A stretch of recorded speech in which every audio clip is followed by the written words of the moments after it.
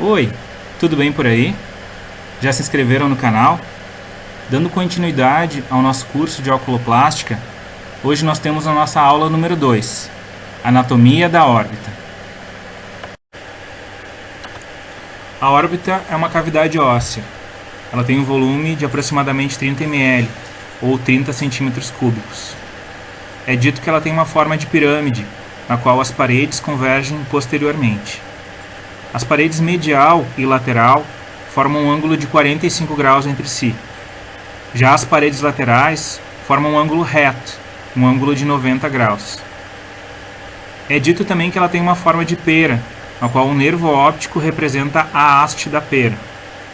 A base está voltada para a face e a haste voltada para o crânio.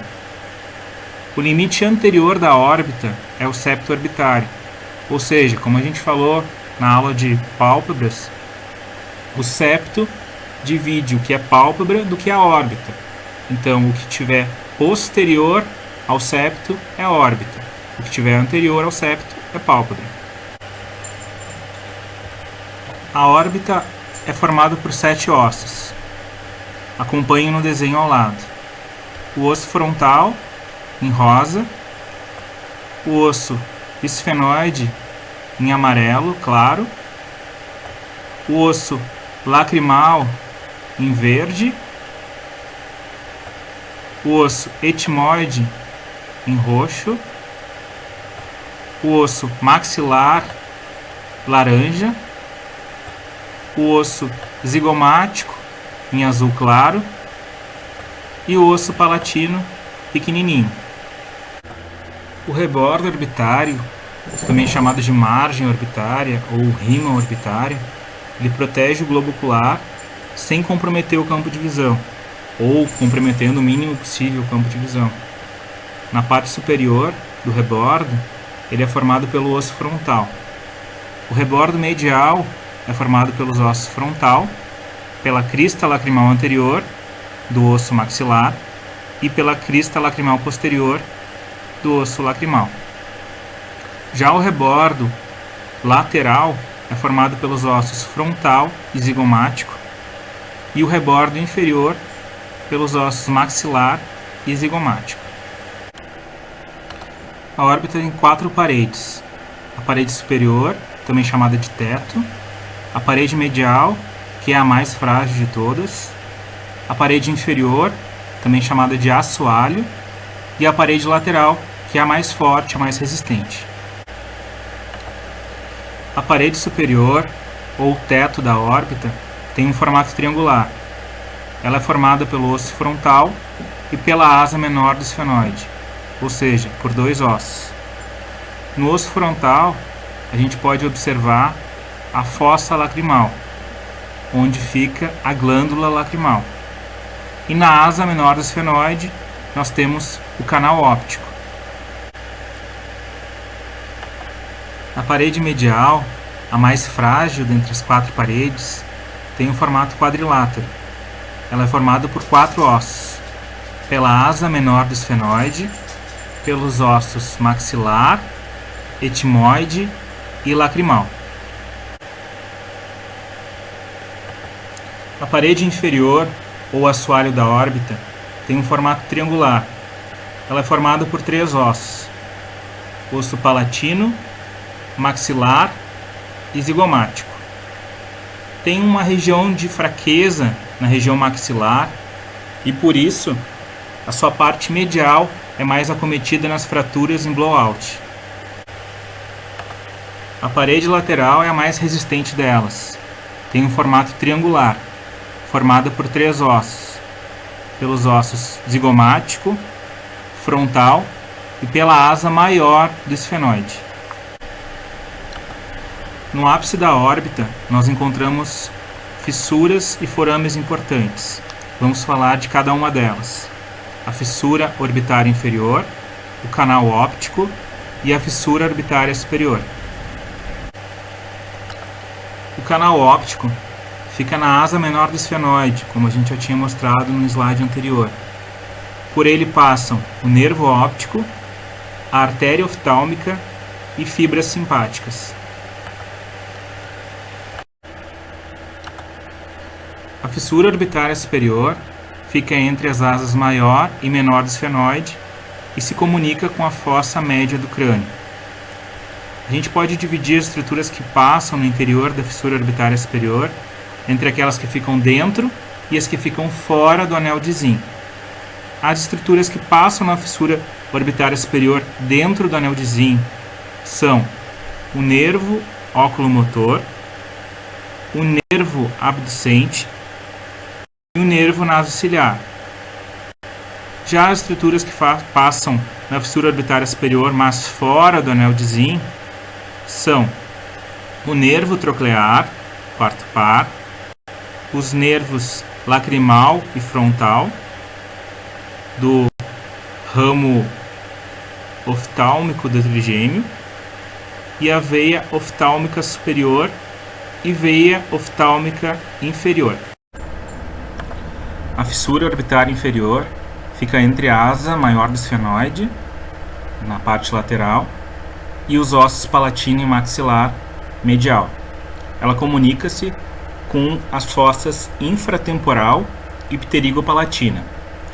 E por ela passam o nervo infraorbitário, o nervo zigomático, esses dois são ramos do ramo maxilar do trigêmeo, e a artéria infraorbitária.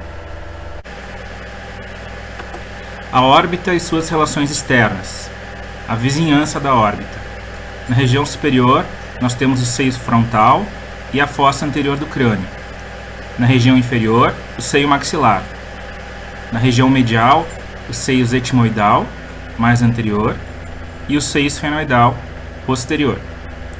Na região lateral, nós temos a fossa temporal, anterior, e a fossa média do crânio, posterior.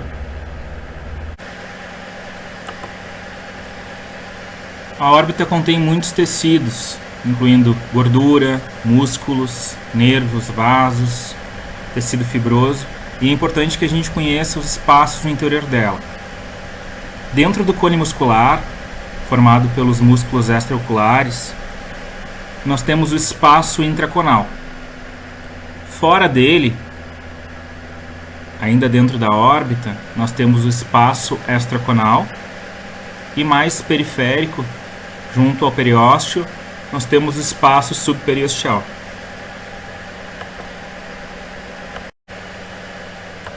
Na periórbita, nós temos o periósteo da órbita, que é uma membrana fibrosa que forra as paredes orbitárias. Acompanhem na imagem da esquerda. Nós temos o septo orbitário anteriormente, que é contínuo com o periósteo da órbita. Essa imagem também mostra os tecidos no interior da órbita, o conteúdo orbitário, mostra os músculos, vasos, e é importante observar as conexões, os tecidos fibrosos que existem no interior dela.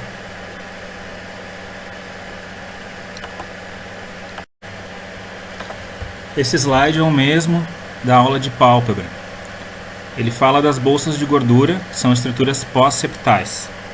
Na região superior, nós temos as bolsas de gordura medial e central, e na parte inferior, nós temos as bolsas de gordura medial, central e lateral. Lembrando que a gordura pré-aponeurótica é a gordura que fica na frente da aponeurose do levantador, mas ela é uma gordura pós-septal. Ela é equivalente à bolsa central da pálpebra superior. E, como no desenho, vocês podem observar que entre a bolsa central e medial da pálpebra inferior, nós temos um músculo oblíquo inferior.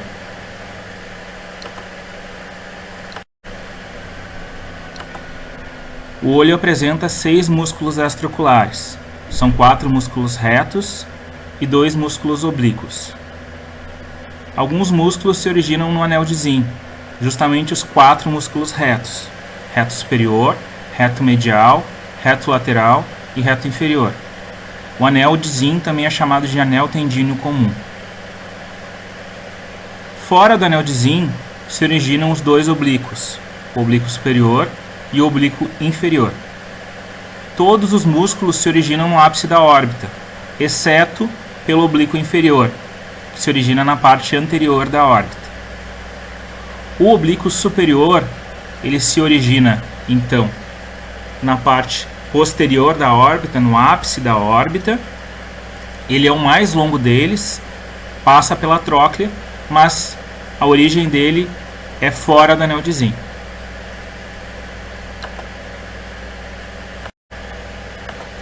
O nervo óptico, formado pelos axônios das células ganglionares, apresenta um diâmetro de 1,5 mm e um comprimento que pode variar entre 35 e 55 mm. Ele é dividido em 4 porções. A porção intraocular, no disco óptico, papila, que tem 1 mm. Uma porção intraorbitária, que é o que a gente vai comentar aqui, de 20 a 30 mm. Uma porção intracanalicular, ou seja, dentro do canal óptico, de 4 a 10 mm. E uma porção intracraniana, de 10 mm. O canal óptico ele fica localizado medial em relação ao ápice da órbita. Agora falando especificamente sobre a porção intraorbitária do nervo óptico. O segmento orbitário apresenta um trajeto sinuoso muito característico, com uma curva anterior de concavidade interna e outra posterior de concavidade orientada para fora. Essa sinuosidade impede que o nervo sofra trações durante as movimentações oculares.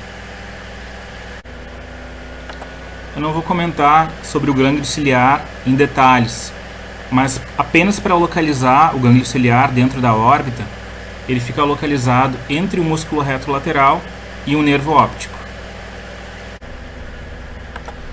A inervação sensitiva é dada por ramos do nervo trigêmeo, quinto par, os ramos oftálmico e maxilar. No ramo oftálmico, nós temos o nervo supraorbital, supratroclear, infratroclear, nasociliar e lacrimal. E no ramo maxilar, os ramos zigomático temporal, zigomático facial e infraorbital. Em relação à inervação motora, passam pela órbita 4 nervos. Os nervos oculomotor, troclear, abducente e facial, terceiro, quarto, sexto e sétimo par. O terceiro par, oculomotor, é responsável pela inervação do reto superior, reto inferior, reto medial, levantador da pálpebra superior e pelo oblíquo inferior. Já o nervo troclear, ele inerva o oblíquo superior. O nervo abducente inerva o reto lateral. E o nervo facial, sétimo par, inerva os músculos orbicular, frontal, corrugador do supercílio e prócero, os músculos da mímica facial. A vascularização arterial da órbita a gente pode colocar de maneira bem simplificada, que é dada por 2 artérias. A artéria oftálmica faz a vascularização da parte superior da órbita e a artéria infraorbitária da parte inferior da órbita. Em relação à vascularização venosa, a veia oftálmica superior vai sempre drenar para o seio cavernoso e a veia oftálmica inferior pode drenar para o plexo pterigóide, para o seio jugular ou para o seio cavernoso, dependendo da posição. O seio cavernoso não é uma estrutura orbitária. Ele fica atrás da órbita, envolve a hipófise e está localizado acima do seio esfenoidal. Ao contrário do que muitos pensam, o nervo óptico não está dentro do seio cavernoso. No seio cavernoso passa a artéria carótida interna, o nervo oculomotor, terceiro par, que ainda não se dividiu nesse momento, o nervo troclear, quarto par, os ramos oftálmico e maxilar do nervo trigêmeo, o nervo abducente. São essas estruturas. Então, artéria carótida interna e terceiro, quarto, quinto e sexto par craniano. É importante lembrar que o ramo mandibular do nervo trigêmeo também não passa no seio cavernoso. E é por isso que uma lesão no seio cavernoso não altera a sensibilidade da mandíbula. Agradeço mais uma vez a atenção de vocês. Não se esqueçam de se inscrever no canal e ativar o sininho para receber notificações quando da postagem de novos vídeos. Até lá!